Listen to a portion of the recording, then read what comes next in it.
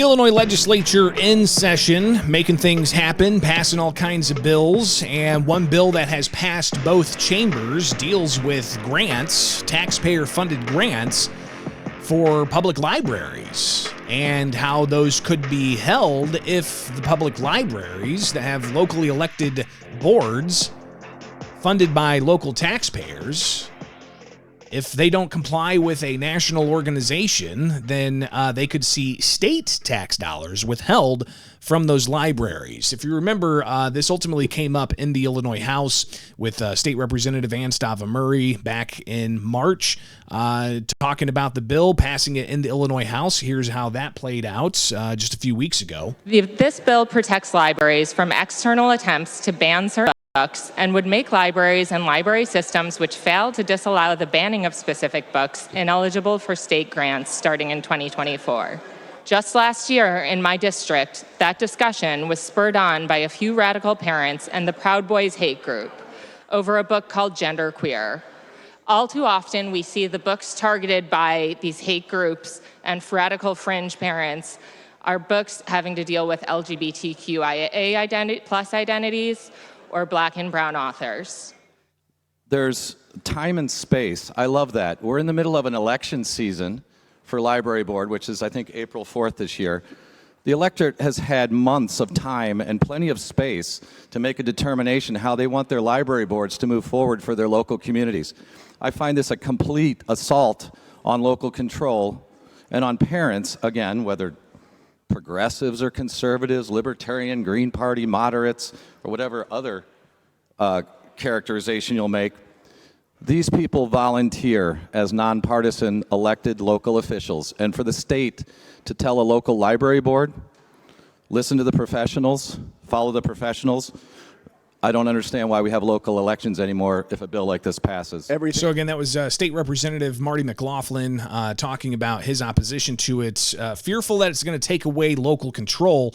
And that's something that was brought up yesterday on the Senate floor when they ultimately passed this. Here is Laura Murphy talking about the bill and all the things that she says the bill will do if it ultimately is passed on to the governor for his signature, which it did pass the Senate yesterday. That the following basic policies should guide their services.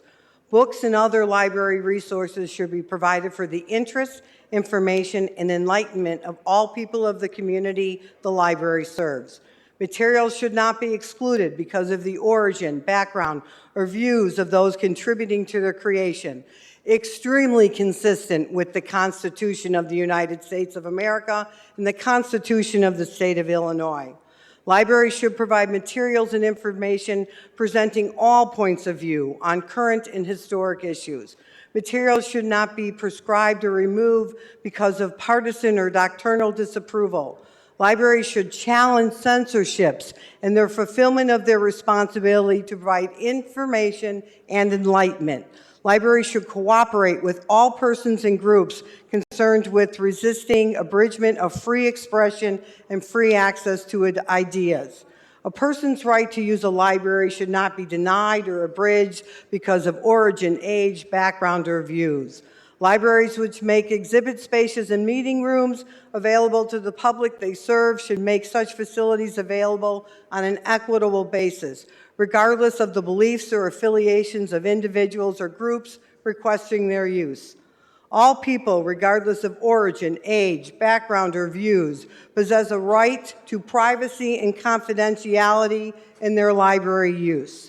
Libraries should advocate for, educate about, and protect people's privacy, safeguarding all library use data, including personally identifiable information. Consistent with the Constitution, all of the Library Association standards meet constitutional requirements, and librarians across this diverse state participate in that.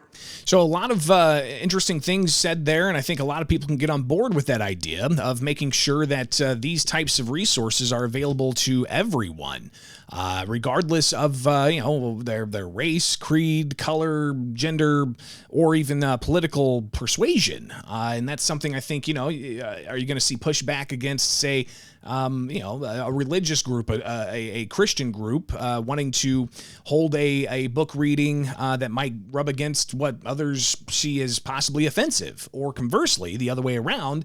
You hear a lot about these drag queen story hours. Is this meant to protect that?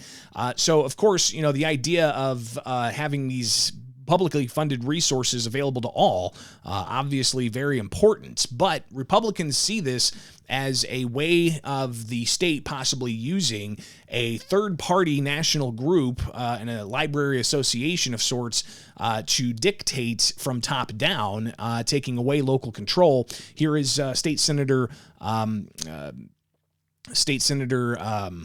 Jason Plummer from the Edwardsville area on the Senate floor yesterday reacting to this particular bill. Pushing an ideology on Illinois citizens, regardless of where they live, regardless of what they believe, simply by stripping away local control and taking power away from local elected officials. It's offensive to the principles of good government to threaten to take away public funds from the very people whose taxes pay for these grants, just because certain politicians may not agree with their beliefs. How much do your constituents pay in taxes to support their local libraries? How much do your constituents pay in taxes to support their local schools? How much does the American Library Association pay to support our local libraries and our local schools? The organization that we're turning all of our power over to. Duly elected library boards, chosen by the members of the communities they serve, carry out their obligation each and every day, year in, year out, to increase literacy in our communities, and they do it without this book ban agenda being foisted upon them by random unelected organizations that the sponsor of the bill can't even identify.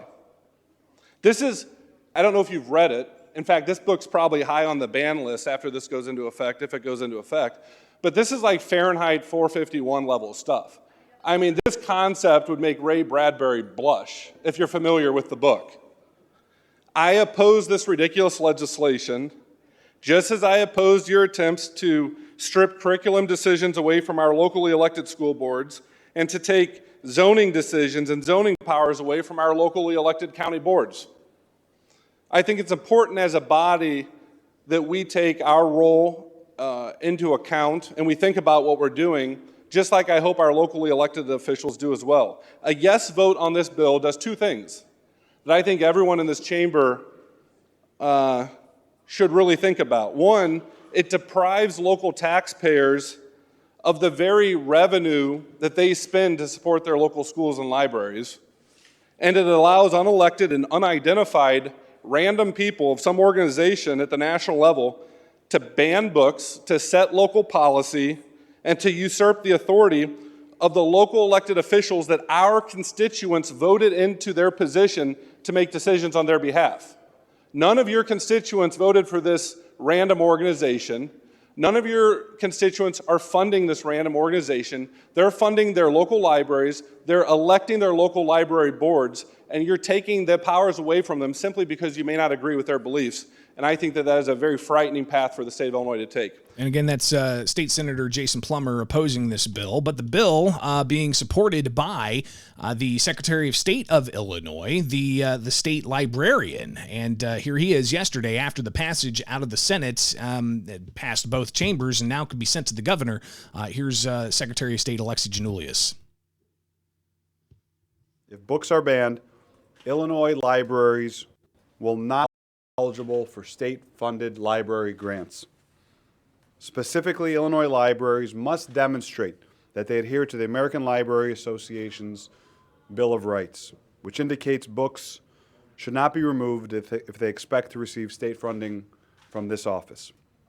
This right to read legislation will help remove the pressure that librarians have had to endure from extremist groups like the Proud Boys, who have targeted some of our libraries and their staff. This first-of-its-kind legislation is important because the concept of banning books contradicts the very essence of what our country stands for. It also defies what education has always been about, teaching our children to think for themselves Ray Bradbury, the acclaimed Illinois author who wrote Fahrenheit 451, was once quoted as saying, "The problem in our country isn't with books being banned, but with people no longer reading." You don't have to burn books to destroy a culture. Just get people to stop reading them. And that's where the real danger lies.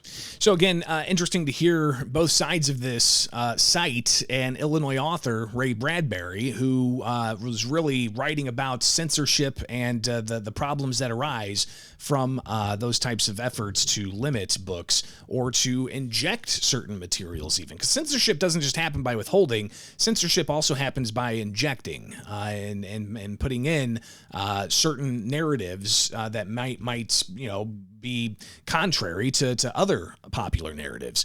So obviously that's now passed both chambers after passing the Senate yesterday. It's queued up for the governor's desk. I imagine he'll sign it, and there'll be a big signing ceremony, so more to come on that particular issue. And we'll get to a lot more legislative activity with the State House in session until mid-May. So they got a couple of weeks to finish everything up, including passing a budget, which is the top issue that they have to address. So we'll unpack all of that as the legislature continues on.